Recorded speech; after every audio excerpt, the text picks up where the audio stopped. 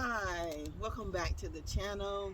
Today we're going to be doing an unboxing and DIY video on how to do some moss. So let's open this up and see what we got. And it's windy here. It's cold. Yeah, it's kind of cold, but we're gonna get through it. We've been had some tornadoes and bad weather here, but we made it through. So I ordered this moss from Lin, and it's on Amazon, and I'll leave a link to it down in the description box. And this is what we got. It's just called dried forest moss. This is a 1.5 quart. And so we're gonna plant some seeds because it's in, what is it, April. Today is April the 16th, and we're in zone 2. We're in zone 3.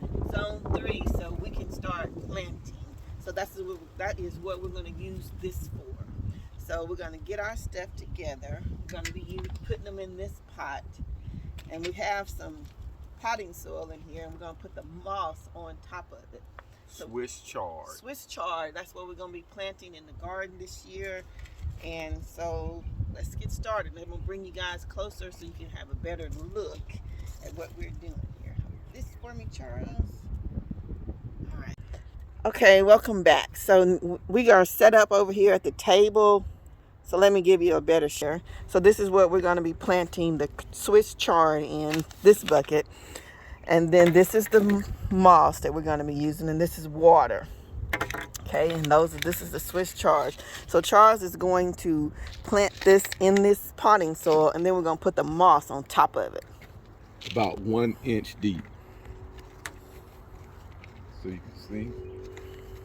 Dig a small little hole. Says to place 2 to 3 seeds in the one hole.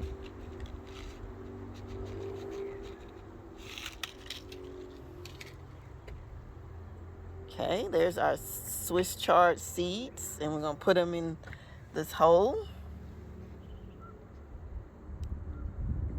Cover it up.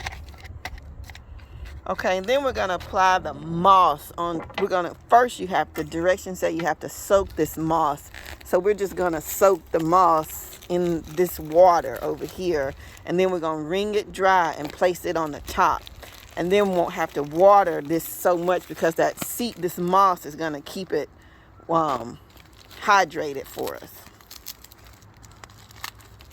So we're going to just put a couple, put it down. Yeah, that's good. And we're just going to soak it down here in this water and let it get a good wet. And then we're going to wring it out and place it around the Swiss Chard. So we'll see how that's getting wet. I'm going to soak it real good. And you can use this for other things too besides, we're just using it because we're gardeners.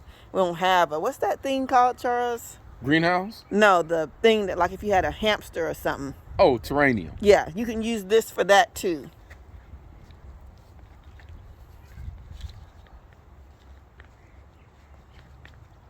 All right, folks, there you go. And it's good and moist. And we're going to wait and let our Swiss Chard grow and see how it does.